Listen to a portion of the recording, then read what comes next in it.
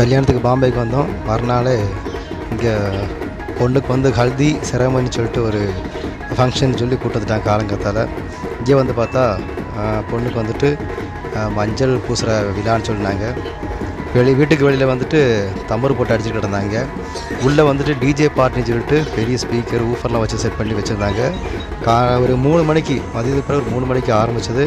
Night 11 மணி வரைக்கும் நடந்தது. அந்த டிஜே பார்ட்டி மட்டும் 11 மணிக்கு நடந்தது. டான்ஸு கூத்துன்னு அமர்க்கலப்படுத்திட்டாங்க. அந்த டான்ஸ் ஆடுற வீடியோலாம் நம்ம பெரிய சேனலில் போட்டிருந்ததுனால இந்த சேனலில் போட முடியாத நிலைமையில் இருக்கும். அப்படி இருந்தாலுமே 2-3 வீடியோ இதில் போடுவோம். பொண்ணோட அப்பா அம்மா சொந்தக்காரங்க எல்லோரும் மஞ்சள் பூசினாங்க.